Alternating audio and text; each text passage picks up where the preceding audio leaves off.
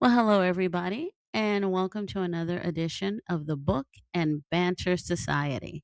My name is Lisa, and I am your humble host. And I have a question for you. What do you do if you're a 10-year-old kid and you sense that something isn't quite right with your mother and your father, but you just don't quite know what it is? Well, this is what this movie is about. And this movie is Parents from 1989, rated R, with a running time of 1 hour and 21 minutes. Before we get started, I have to say thank you. Thank you so much, whether you're a regular listener or you're new. I appreciate your time because I know it is very valuable. And please don't forget to like, subscribe, and hit that notification button. And believe it or not, I have a book. It is called The Creeping Things and Other Tales of Madness and Mayhem. So go ahead and check it out. You can find it on Amazon, Barnes and Noble, Lulu, and just all over the universe. So go ahead and check it out. And I think it's at a good price point, if I do say so myself. All right, let's keep going. Disclaimer: the views and opinions expressed on the Book and Banter Society are my opinions and my opinions alone. I am not a professional movie critic. I am just a person that loves movies and I like to share them with you. And also, too, there may be things in these movies or things that I may say that may trigger you. There's talk of violence, gore, I mean, you name it. So I'm just letting you know you have been warned. And spoiler alert, I will not give away the ending of any of the movies, but I do talk about them a lot. So, okay, disclaimer out the way, spoiler alert out the way. All right, let's keep going. All right, so we're going to get in our time machine and we're going to go back. We're going to go back to the 1950s where everybody had a nice manicured lawn. The women's hair was perfect. The meals were perfect. Everything was perfect, right? Wrong. And meet our family, the Limleys, Nick, Lily, and their 10-year-old son, Michael. They have just arrived in California from Massachusetts. And Lily keeps saying, "Oh, I'm so glad we moved. Oh, I'm so glad we moved." And this is their new house. Ooh, not bad.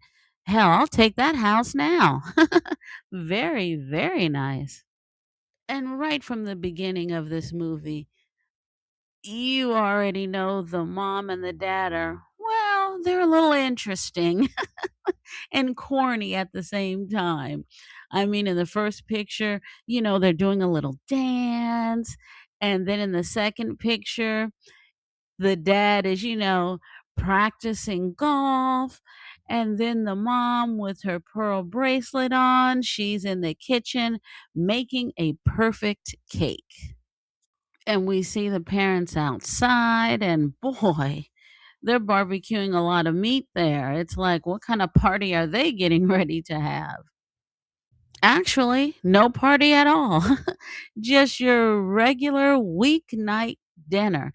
It's like, God, all that food, they could feed like a freaking army or something. It's like, it's just three people, two adults and a little kid. Dinner's over, the mother and father, they're playing a puzzle. And then we see Michael kind of off to the side in the living room. And he's right off the bat, we already know he seems to be very quiet and very shy. Ooh, and look at the mom and dad. They're not too shy, right? They're putting a puzzle together and drinking a little bit of wine, getting a little bit frisky. It's kind of like, you know, your son Michael is just a few feet away, right? And then the mom, she's like, hey. And then she's like, ah, Michael, I think it's time for you to go to bed. It's like, yes. Well, Michael, he's like, it's dark. And then the dad is like, come on, sport. Let me pick you up and take you to bed. And then that's when the dad tells him about, oh, there's nothing wrong with the dark and all of this kind of stuff. And then guess what the dad says? He says there's only one place where it doesn't need to be dark, and that's in your mind. It's like, uh-oh, okay, this dad is a little cuckoo. And throughout this movie, you're going to see a lot of things that are very surreal. Just like the scene right here where you see Michael, he jumps in the bed, but then the bed looks like it turns into like some deep pool of blood, and he's swimming around and he can't get out. And you're like, is this real? Is it not real? So throughout this movie, you're going to see things like this. I personally like that added touch.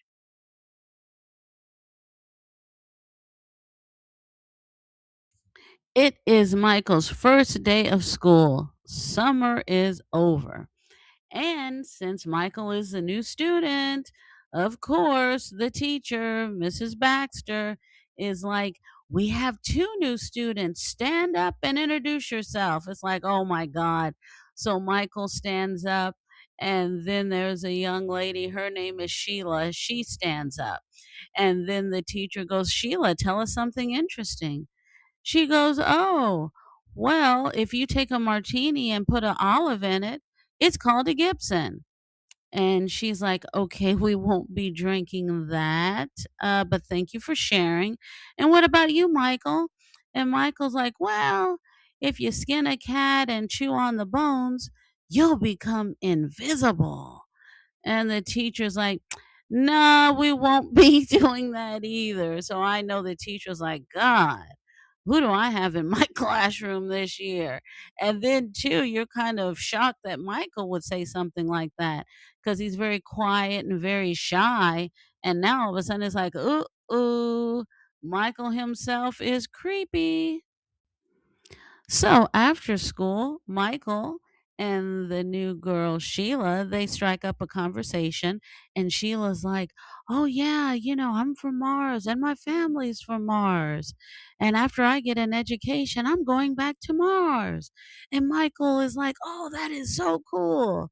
It's like, "Okay." And as you can see by the other picture, it is dinner time once again. Oh, and I don't think if I've told you that Michael, he only likes to eat the sides. And his dad is not too happy with that. Now, the teacher gives each student a notebook, and she goes, write your name on the notebook. And I want you to draw a picture of your family. So that way I can get to know you better. So then it's at night, and look at the teacher.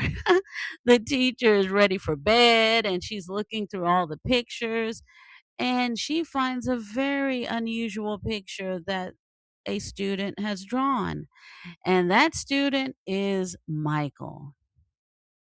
Well, because of that picture, of course, Michael's mom is going to have to report to the office, and not just any office. This is the office of, I guess you would say, the school's social worker or psychologist. Her name is Millie Dew. And Millie, she's kind of quirky and everything like that. And you see Michael's mom, she's very well put together. And Millie goes, well, tell me a little something about your son, Michael. And Lily's like, oh, yes, Michael is and she can't even think about anything to say about her son. Then she goes, "Well, he's not much of an eater. Yeah, he doesn't eat a lot. I mean, some evenings I'll fix him a hot entree and he just won't eat it. And Millie's like, "Okay, tell me about the relationship between Michael and his father." And then Lily goes, "Oh, they get along great. They do tons of stuff together." And Millie goes, "Great, like what?" She goes, "Oh, they do well, you know what? They do so much stuff. Oh, it's just too much to name." So Millie's like, "Uh-huh, right, right." And now we are at Toxico. Yes, Toxico. And this is where Michael's father works. It's like, okay, so now we get to see what exactly does Michael's father do for a living. And the guy with the glasses on, that happens to be the boss. And Michael is telling the boss, not Michael, Michael's dad is telling the boss, "Oh, yes, this is what I'm working on." And he goes, "Yeah, see, you'll take a little village and then we'll take an airplane, drop some pellets down, and then guess what? No more village." And it's like, okay, so now we see it looks like he's dabbling in chemicals. It's a chemical plant. And he's working on some type of Agent Orange type chemical to basically wipe people out. And then the boss, he stoops down to talk to Michael and he has a pen that says Toxico on it. And he goes, "Do you see this pen right here? Do you know with this pen, all I have to do is just change the chemicals of it and I can change it into something else. The world is full of chemicals and it's full of opportunity." And then he gives little Michael the pen and Michael's like, "Okay, I'm traumatized right now." And he's still looking at like the model of where once there was a village and now it's nothing but a puddle of mud. Well, look what we have here. Looks like the family is getting ready for a special occasion. Well, it turns out the dad's boss is coming over for dinner. Woo! Talk about pressure. And while they're all looking at themselves, getting ready, the dad tells Michael, I need for you to be on your best behavior. But it's kind of like, why would you tell Michael that? He hardly even talks. Maybe I'm thinking the dad said that kind of to let Michael know, don't act too awkward tonight. you know, who knows? That's just my take on it. And look at them whining and dining and playing cards. And, talk about fake laughter, right? It's like, ha ha ha. It's like, okay, whatever. And look who's watching the adults. It's Michael. And look who that is. It's Sheila, his classmate. It just so happens that Sheila is the boss's daughter. Small world, right? Now we're back in the classroom. Michael is actually having a little bit of fun with the other students. And then the next thing you know, the teacher pulls him aside and look who he's reporting to. It's like, oh no. So he sits down with the social worker because she's trying to get some insight on Michael, like, oh, why did you draw this? What's going on with you? But she gets nowhere. So after the meeting, look, you see the teacher and the social worker talking. And the social worker is like, God, I just can't put my finger on Michael. I don't know what it is. I wish I could put him in a box, but I can't even label him. I don't know what's going on with him. But I do like him, but I don't know what's going on in his head. And look who is hiding in the closet, listening to everything. None other than Michael. All right, you guys. This part of the movie, This is the part of the movie that kind of really changes the tone of the film. If you didn't think something weird was going on, you're going to find out now. Okay, let me set it up for you. It's after school. Michael is crossing his front yard. He looks up, and there's his classmate Sheila sitting in a tree. And he tells her, "What are you doing up there? And how come you weren't in school?" And she says, "Oh, I'm not going to school ever again. And neither are you. We're going to get fake driver's licenses and we're going to run away." And it's like, okay, I think Sheila's having some problems at home.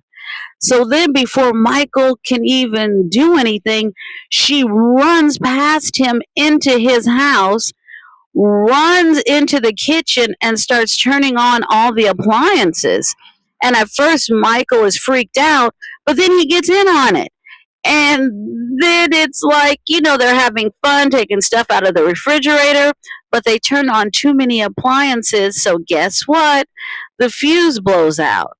So then he goes down to the basement to fix the fuse. Then he sees Sheila with a bottle of wine. She's drinking out of the bottle, and then she runs away. And he's all, "Where are you? Where are you?" So he's looking all over the house for her. Well, guess what? Look at this. He finds Sheila in the basement, her dress stained with wine. And Michael is like, "What are you doing?" And she goes, "Oh, it's kind of cold in here." And he's like, "You need to get out of there." You guys, woo, woo, woo. Oh man. You guys, it's the dad. Oh, and it is like, and Sheila looks at the dad and she's just like, Michael, because she has wine all over her dress. Then she had poured wine all over Michael. So the dad is like, what the hell is going on? Woof. Then the next scene, you see it's time for Michael to go to bed. And then he's reading a book, but the dad comes into his bedroom and just snatches the book out of his hand. And he goes, "I want to tell you a story about a boy, a very naughty little boy about your age who only cared about himself." It's like, whoa. And he goes on and on. And then the mom comes in the room. And the mom is like, "Oh, aren't you scaring him, honey? You're scaring him." And the dad is like, "Am I? Am I?" I won't tell you the rest of the dialogue, but it is like, whoa. Now you really get a sense of the dad's personality. And it's like, it is something. Yeah, he chews Michael out. Then Michael secretly talks to Sheila and they have a conversation about sometimes you don't know grown-ups and adults. You really don't know who they are, blah blah blah. So Michael takes it upon himself to sneak into the facility where his dad works. And he's just roaming around and it's kind of cool because it's in the 1950s. So he's just roaming around and there's not security or anything like that, swiping badges. So he's roaming around and then he sees this door right here labeled Division of Human Testing. And guess what? He enters the room. And a minute or two later, look who also enters the same room. His dad, of all people. And his dad is just looking around to see if anyone's in the room. And look, and the room is full of cadavers. So then the dad is checking cadavers. Then he finds one that I guess he likes. He takes a sheet off and that's when he gets his scalpel out. And look at Michael. This is so nerve wracking because Michael is hiding underneath the cadaver. It's like, oh my God. And can you imagine how it's like, "That's my dad?" Crazy stuff. And then the dad, he drops a pair of scissors on the floor, and then he hears something, and it's like, "What is it?" And so then the dad leaves the room. Woo! What a relief. And now the next scene, you see Michael walking down the street at night. Now, mind you, this is the same day. Now, I guess it's probably like early evening or something. And so the dad is like, "Want to ride, sport? Get in." And then he opens up the car door, but oh, look at that bottom picture. Look how creepy he looks. And Michael, he's just a kid, so he has no choice but to get in the car. But look, there's some kind of something in the back of the car, some kind of big giant sack or something. And so Michael reaches back just to see what it is. And then that's when the dad goes, "Get your hands off the damn laundry." And then Michael just, he just puts his hand back. It's like, what in the world is going on? So the mom opens up the front door and she's a little upset because, late for dinner. "Oh my God," and all this kind of stuff. But then the dad goes, "I picked up the laundry." Then all of a sudden she changes, like, "Oh, you picked up the laundry." It's like, wow, I've never seen anyone so happy about laundry pickup. All right, so the mom is happy that the dad got the laundry, and now they're sitting at dinner. And then guess what? Oh, Michael drops something on the floor. He goes under the table to pick it up, but his dad gets to it first. And guess what it is? Scissors, you guys. And the dad is like, "Oh, where'd you get these?" Because you already know the dad knows. Because these don't look like normal scissors that you get at school. They kind of look like surgical scissors, kind of like the ones he was using earlier that day. So he's like, "Oh, where'd you get the scissors?" And Michael's like, "Oh, I found them, blah, blah, blah." And then he starts, "Well, you shouldn't lie. You know what happens to little boys when they lie, and all this kind of stuff." And then that's when the dad just stabs the meat with the scissors. And then on that note, Michael goes, "I think I'm going to go to bed." And the mom goes, "Oh, okay, I'll go up and tuck you in later." He goes, "Oh, I think I'll be asleep." Oh man, I don't know how Michael is going to get out of this one. Look how the dad's looking at him. And look at this scene right here. This is in the middle of the night. It's like, whoa.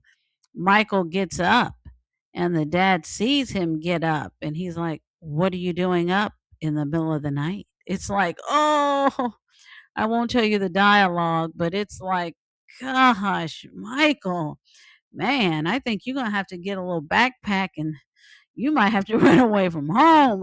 I don't know. Ooh. So now it's presumably the next day. And look, we see the social worker. She's taking Michael home because she's still trying to get in Michael's head. So he tells her some things. She doesn't believe it. Like, what? What are you talking about? And so then Michael just jumps out of her car and runs to his front door. And she's all, "Michael, wait. Like, what? What's going on? Why are you running?"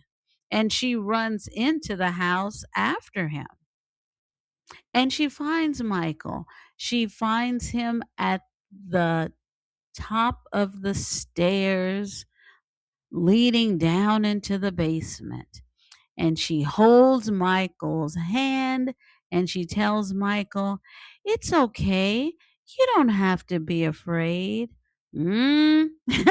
Really? I don't know. And on that note, I am going to end it right here because I cannot tell you the ending. Okay, let me tell you real quick why I like this movie. First of all, the movie looks absolutely beautiful. Since it's set in the 1950s, it has big, bright, bold colors, kind of like what you would find in movies from that era. So it's like beautiful. The clothes were beautiful and the dialogue was spot on. Like examples were like when the dad is talking to Michael and he'll say something like, "Come on, sport." It's like, "Okay, yeah, that's 1950s."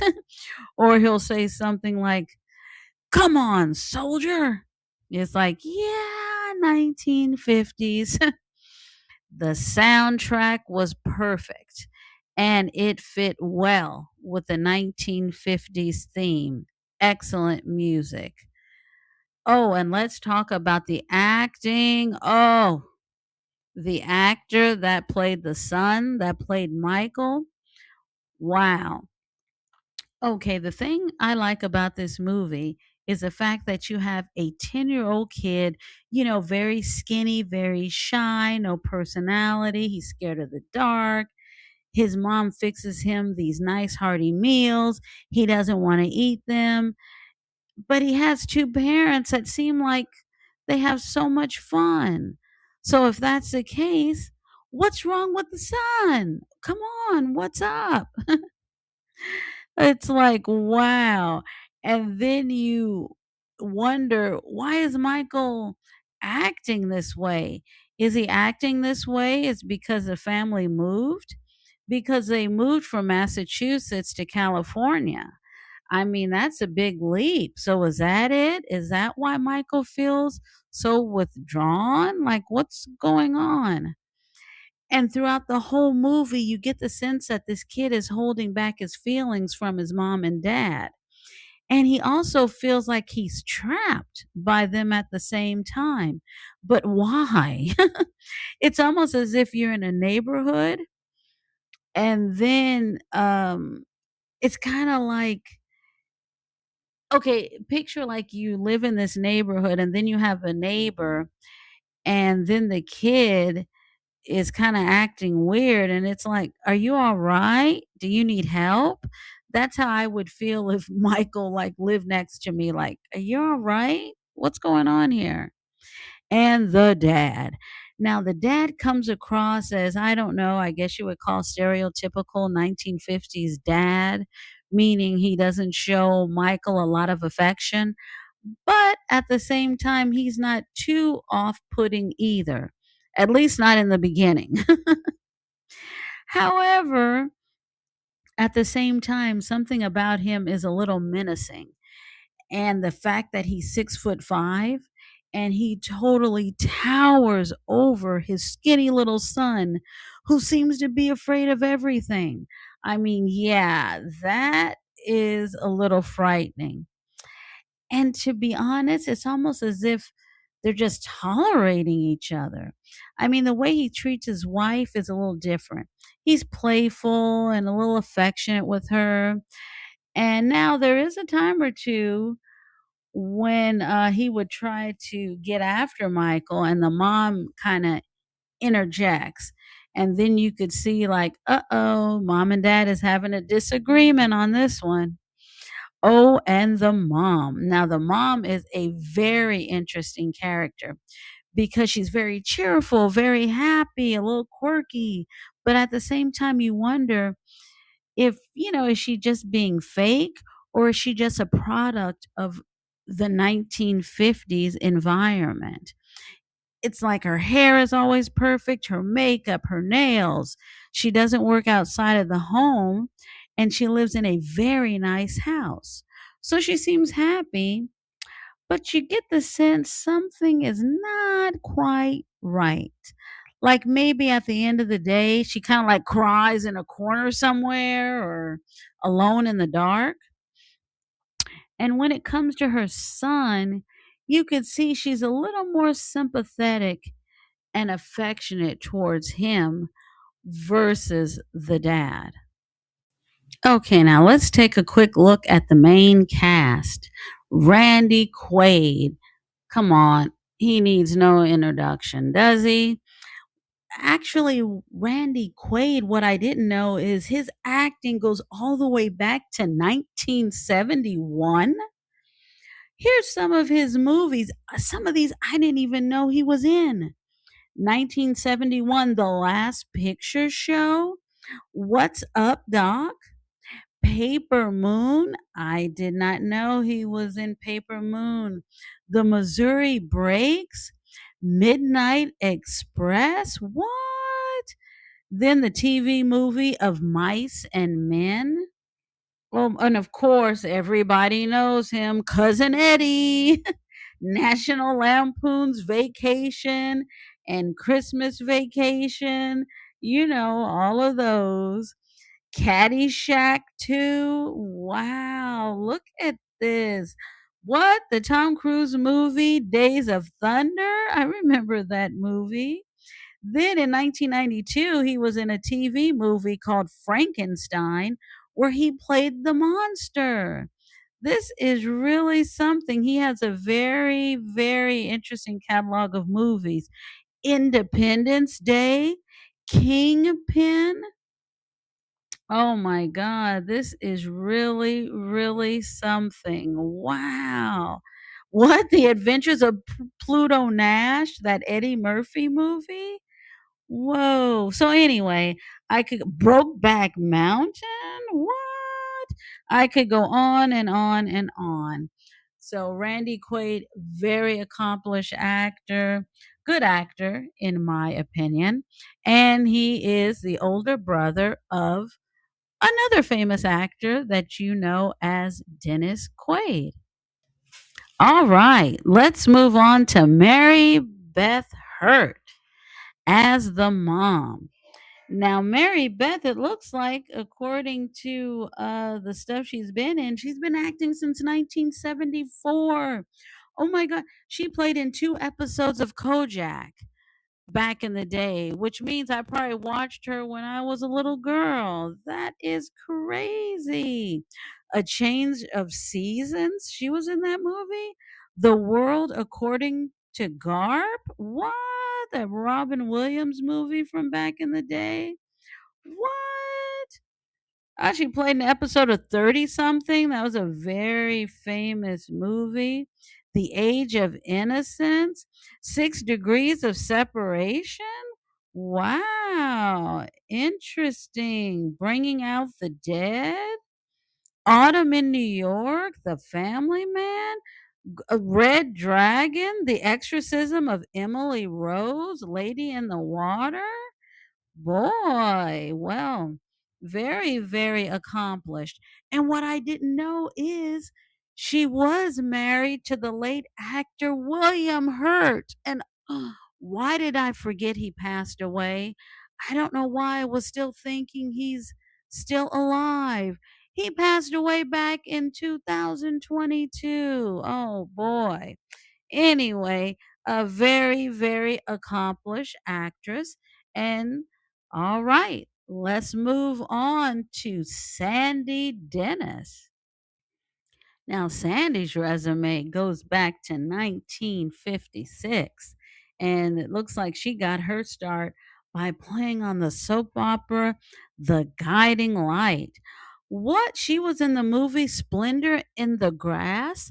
That's with Warren Beatty and Natalie Wood. Whoa. Oh, and Who's Afraid of look, I can't even talk. Who's Afraid of Virginia Woolf? Oh man, that is something. The Fox. Ooh, that's a good movie from 1967. You definitely have to check her out in that. The Out of Towners. Whoa. Come Back to the Five and Dime, Jimmy Dean. What? Oh, of course, everybody's been on the Love Boat. I've said that before. Wow. Interesting. And unfortunately, Sandy is no longer with us, you guys. She passed away back in 1992. Oh, she passed away of ovarian cancer. My God. But she has left us with a legacy of movies that we can enjoy. And last but not least, of course, we have to get to the son. And the son was played by Brian Madorsky. But guess what? This is the only thing Brian has done in acting. As far as I know, this is his only acting credit. So I don't know if he did this movie and it was like, it's all right. Nah. It's like, wow, because he was so good in this movie, especially being so young. And he was kind of like the main focus of the movie. It's like, God, but no, this is his only acting credit. Boy, very interesting. But anyway, you guys, here's your cast. And of course, we have to get a shout out to the person that wrote this. That would be Christopher Hawthorne. And the director, wow, Bob, and I'm apologize if I mispronounce your last name. That is Balabin, I think.